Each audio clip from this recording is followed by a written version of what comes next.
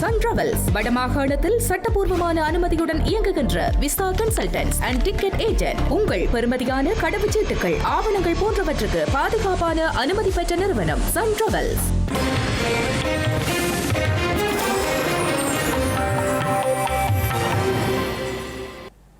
வணக்கம். இது ஐபிசி தமிழின் காலை நேர பிரதான செய்திகள். முதலில் தலைப்புச் செய்திகள்.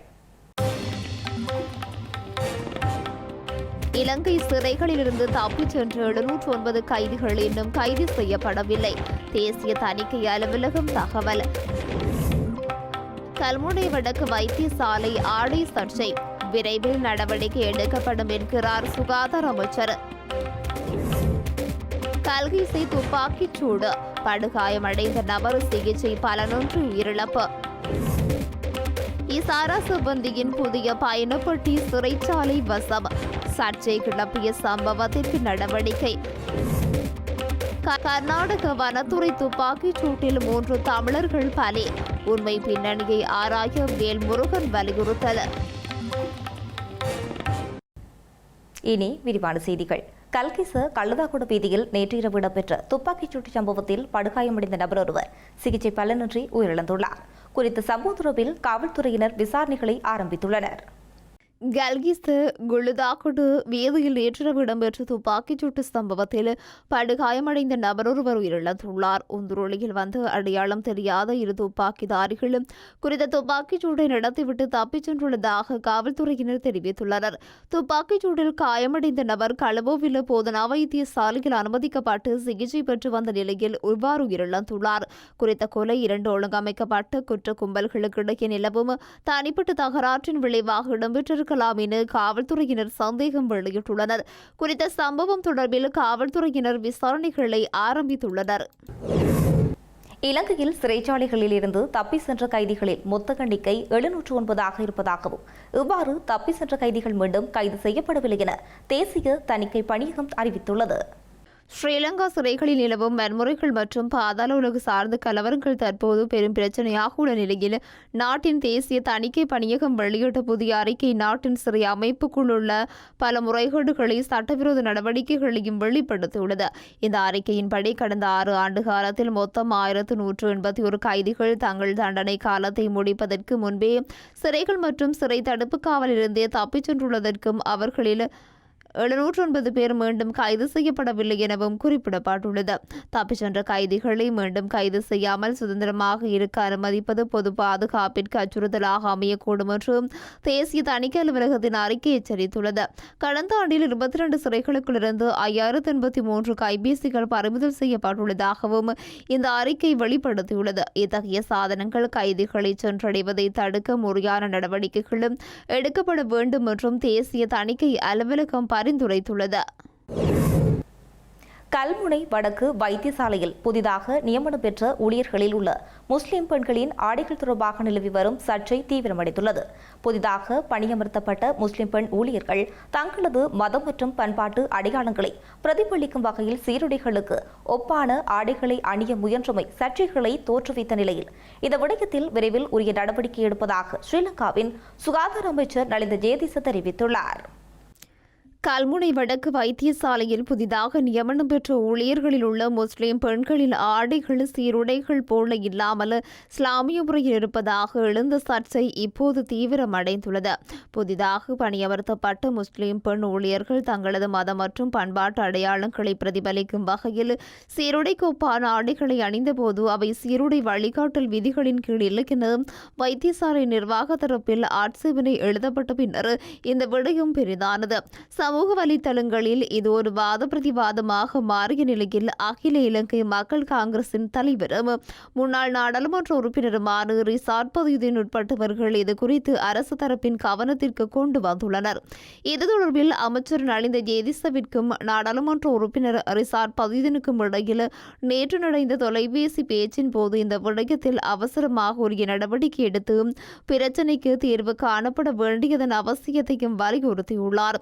இதற்கு இதற்கு பதிலளித்த சுகாதார அமைச்சர் நலிந்த ஜேதிச குறித்த விடயம் தொடர்பில் தேவையான நடவடிக்கைகளை மேற்கொள்வதாக ரிசார்ட் பதவியினரிடம் உறுதியளித்துள்ளார். இந்த விடயம் தொடர்பில் குறித்த வைத்தியசாலையின் வைத்திய பணிப்பாளர் வைத்தியர் ஜொகுணன் அவர்களுடன் ஏற்கனவே ரிசார்ட் பதவியின் தொலைபேசி மூலம் கலந்துரையாடியதும் குறிப்பிடத்தக்கது.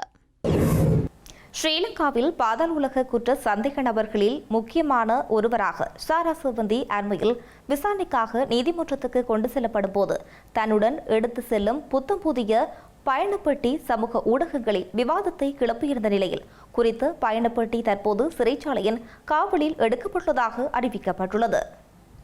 அண்மையில் வழக்கு விசாரணைக்காக நீதிமன்றத்தில் சந்தேக நபரான சாரா சிவந்தி முன்னிலைப்படுத்தப்பட்ட போது அவர் ஒரு புத்தம் புதிய பயணப்பட்டியை தன்னுடன் எடுத்துச் சென்ற காணொலி சமூக ஊடகங்களில் விவாதத்தை கிளப்பியிருந்தது. இதனையடுத்து தற்போது அங்குனுகுல வெலச சிறையில் தடுத்து வைக்கப்பட்டுள்ள சிவந்தியின் பணப்பட்டி சிறைச்சாலையின் காவலில் எடுக்கப்பட்டுள்ளதாக அறிவிக்கப்பட்டுள்ளது.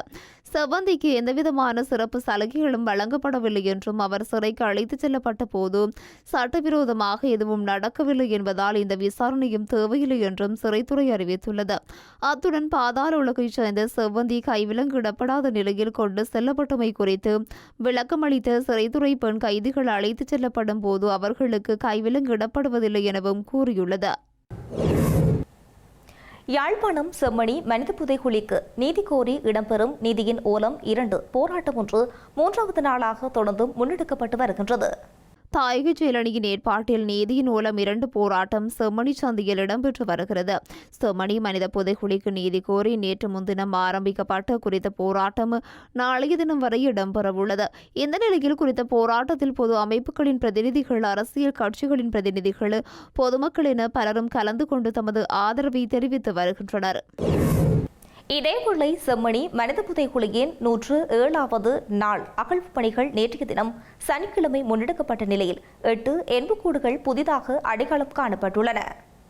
செம்மணி மனித புதைக்குழியில் 3ஆம் கட்ட அகழ்வு பணிகளை 56 நாட்கள் முன்னெடுக்க நீதிமன்றம் அனுமதி வழங்கிய நிலையில் 53வது நாளாக நேற்றைய தினம் சனிக்கிழமை 8 எண்புக்கூடுகள் புதிதாக அடையாளம் காணப்பட்டுள்ளன.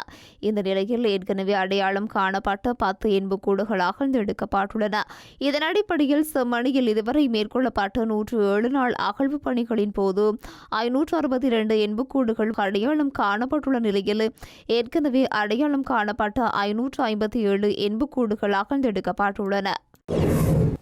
இலங்கை விவசாயிகள், கடற்தொழிலாளர்கள், தொழிலாளர்கள் மற்றும் சிறு தொழில் முனைவோர்கள் எதிர்கொள்ளும் துன்பங்கள் குறித்து தற்போதைய அரசாங்கத்துக்கு எவ்வித அக்கறையும் கொள்ளவில்லை என எதிர்க்கட்சித் தலைவர் சஜித் பிரேமதாச குற்றம் சாட்டியுள்ளார். குருநாகலில் இடம்பெற்ற நிகழ்வொன்றில் கலந்து கொண்டு உரையாற்றும் போதே அவர் இதனை தெரிவித்துள்ளார். விவசாயிகள், கடற்றொழிலாளர்கள், தொழிலாளர்கள் மற்றும் சிறு தொழில் முனைவோரின் துன்பங்கள் குறித்து அரசாங்கத்திற்கு எந்தவித அக்கறையும் இல்லை என ஸ்ரீலங்கா எதிர்க்கட்சித் தலைவர் சஜித் பிரேமதாச தெரிவித்துள்ளார். 2019 மற்றும் 2024 ஆண்டுகளில் போலி வாக்குறுதிகளை நம்பி மக்கள் ஏமாற்றப்பட்டுள்ளதாகவும் அவர் குறிப்பிட்டுள்ளார். வாகன வரி 50% உயர்த்தப்பட்டுள்ளதுடன் நெல்லுக்கு உறுதியளித்த 150 ரூபாவிற்கு பதிலாக 120 ரூபாய் மட்டுமே நிர்ணயிக்கப்பட்டு விவசாயிகள் நட்டம் அடைந்துள்ளனர் எனவும் அவர் தெரிவித்துள்ளார். பெலவத்தை கட்சி அலுவலகம் மூலம் கிராமிய சங்க பதவிகள் தீர்மானிக்கப்பட்டு ஜேவிபி தனது தனிக்கட்சி ஆட்சியை நிறுவ முயல்கிறது எனவும் அவர் தெரிவித்துள்ளார். நீதிபதிகளின் ஓய்வு பெறும் வயதை உயர்த்த 3/2 பெரும்பான்மை போதாது எனவும் சர்வஜன வாக்கெடுப்பு கட்டாயம் தேவை எனவும் அவர் குறிப்பிட்டுள்ளார். அத்துடன் நிகழ்நிலை காப்பு சட்டம் மற்றும் பயங்கரவாத தடை சட்டம் மூலம் ஊடக சுதந்திரம் முடக்கப்படுகிறது எனவும் அவர் தெரிவித்துள்ளார். 30 தொடக்கம் 40% மக்கள் வறுமையில் உள்ள நிலையில் சர்வதேச நாணய நிதியம் கோருவதை விட அதிகமான வரிகள் மக்கள் மீது சுமத்தப்பட்டுள்ளதாகவும் அவர் குறிப்பிட்டுள்ளார். வரலாற்று சிறப்புமிக்க யாழ்ப்பாண நல்லூர் கந்தசுவாமி ஆலயத்தின் பிரதான ராஜகோபுரம் இன்று புனர்தாரணம் செய்யப்பட்டு மகா கலகாபிஷேகம் இடம்பெற்றது.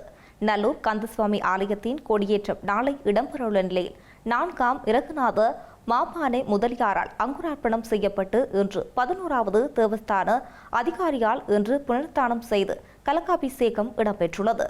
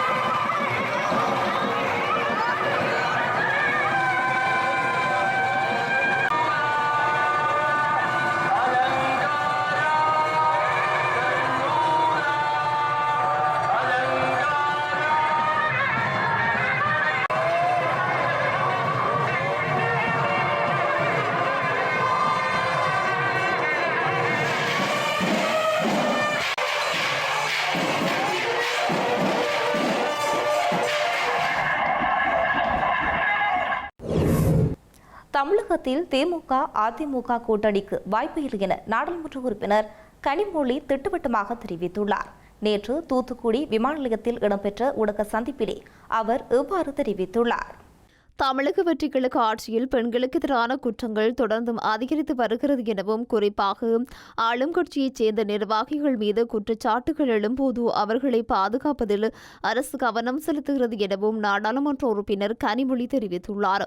ஆனால் பாதிக்கப்பட்ட பெண்களுக்கு உரிய நீதி கிடைப்பதில்லை எனவும், தூத்துக்குடியிலேயே தொடர்ந்தும் இதுபோன்ற பாலியல் குற்றச்சாட்டுகள் எழுந்து வருகின்றன என்றும் அவர் குறிப்பிட்டுள்ளார். குற்றச்சாட்டுகள் வந்தாலும் சம்பந்தப்பட்டவர்கள் மீது வழக்கு பதிவு செய்தோ அல்லது கைது செய்வதோ நடைபெறுவதில்லை எனவும், பள்ளிகளில் படிக்கும் மாணவர்களுக்கு கூட பாதுகாப்பு இல்லாத சூழல் ஏற்பட்டுள்ளது எனவும் அவர் குறிப்பிட்டுள்ளார். இதுபோன்ற குற்றங்களை தடுக்க அரசு உரிய நடவடிக்கை எடுக்க வேண்டும் எனவும் அவர் வேண்டுகோள் விடுத்துள்ளார். தமிழக வெற்றிக் கழகத்தின் தலைவரோ அமைச்சர்களோ இதுவரை மத்திய அரசை எதிர்த்து எந்த கேள்வியும் எழுப்பியதாக தமக்கு நினைவில்லை என்றும் அவர் குறிப்பிட்டுள்ளார்.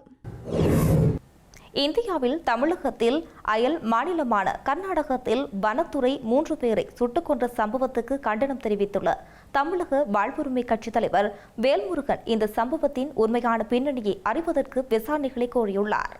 கர்நாடகாவின் சாம்ராஜ்நகர் மாவட்டம் காவிரி வனவிலங்கு சரணாலயத்திற்குட்பட்டு ஹனூர் பகுதியில் 4 பேர் சட்டவிரோதமாக மானொன்றை வேட்டையாடிய போது அதில் 3 பேரை தாம் சுட்டுக் கொன்றதாக கர்நாடக வனத்துறை தெரிவித்தமை அதிர்ச்சியை ஏற்படுத்தியுள்ளது. பலியானவர்கள் 3 பேரும் தமிழர்கள் என்பதால் இந்த சம்பவத்திற்கு கண்டனம் தெரிவித்துள்ள தமிழக வாழ்வுரிமை கட்சித் தலைவர் வேல்முருகன் 2015 ஆந்திரக்காட்டில் 20 தமிழர்கள் சுட்டுக் கொல்லப்பட்ட சம்பவம் போல கர்நாடகாவிலும் மேலும் 3 தமிழர்கள் உயிர்கள் பறிக்கப்பட்டுள்ளதாக கண்டனம் தெரிவித்துள்ளார். குறித்த 4 பேரும் சட்டவிரோதமாக மானொன்றை வேட்டையாடி அதன் இறைச்சியை பங்கு போடும் போது அவர்களை தாம் சுட்டுக் கொன்றதாக கர்நாடக வனத்துறை தெரிவித்திருந்தாலும் குறித்த நபர்கள் தமது மேய்ச்சல் மாடுகளை தேடி வனப்பகுதிகள் சென்றதாகவும், இரவாகிவிட்டதால் அவர்கள் அங்கேயே தூங்கிக் கொண்டிருந்ததாகவும், அப்போது அங்கு வந்த வனத்துறையினர் தூங்கிக் கொண்டிருந்தவர்கள் மீது துப்பாக்கிச்சூடு நடத்தி 3 பேரை கொன்றுள்ளதாகவும் பலியானவர்களின் உறவினர்கள் குற்றம் சாட்டியுள்ளனர். அத்துடன் 3 பேரின் உடல்களை வாங்க மறுத்து உறவினர்கள் போராட்டத்தில் ஈடுபட்டுள்ளனர். செய்தி நிறைவாக மீண்டும் தலைப்புச் செய்திகள். இலங்கை சிறைகளிலிருந்து தப்பிச் சென்ற 709 கைதிகள் இன்னும் கைது செய்யப்படவில்லை. தேசிய தணிக்கை அலுவலகம் தகவல். கல்முனை வடக்கு வைத்தியசாலை ஆடை சர்ச்சை விரைவில் நடவடிக்கை எடுக்கப்படும் என்கிறார் சுகாதார அமைச்சர். கல்கிசை துப்பாக்கிச் சூடு படுகாயமடைந்த நபர் சிகிச்சை பலனொன்று உயிரிழப்பு. இசாரா சிப்பந்தியின் புதிய பயணப்பட்டி சிறைச்சாலை வசம் சர்ச்சை கிளப்பிய சம்பவத்திற்கு நடவடிக்கை. கர்நாடக வனத்துறை துப்பாக்கிச் சூட்டில் 3 தமிழர்கள் பலி உண்மை பின்னணியை ஆராய வேல்முருகன் வலியுறுத்தல். இத்துடன் ஐபிசி தமிழின் காலை நேர பிரதான செய்திகள் நிறைவு பெற்றன. செய்திகளை உடனுக்குடன் அறிந்து கொள்ள ibctamil.com என்ற எமது இணையதளத்தை பார்வையிடுங்கள். வணக்கம்.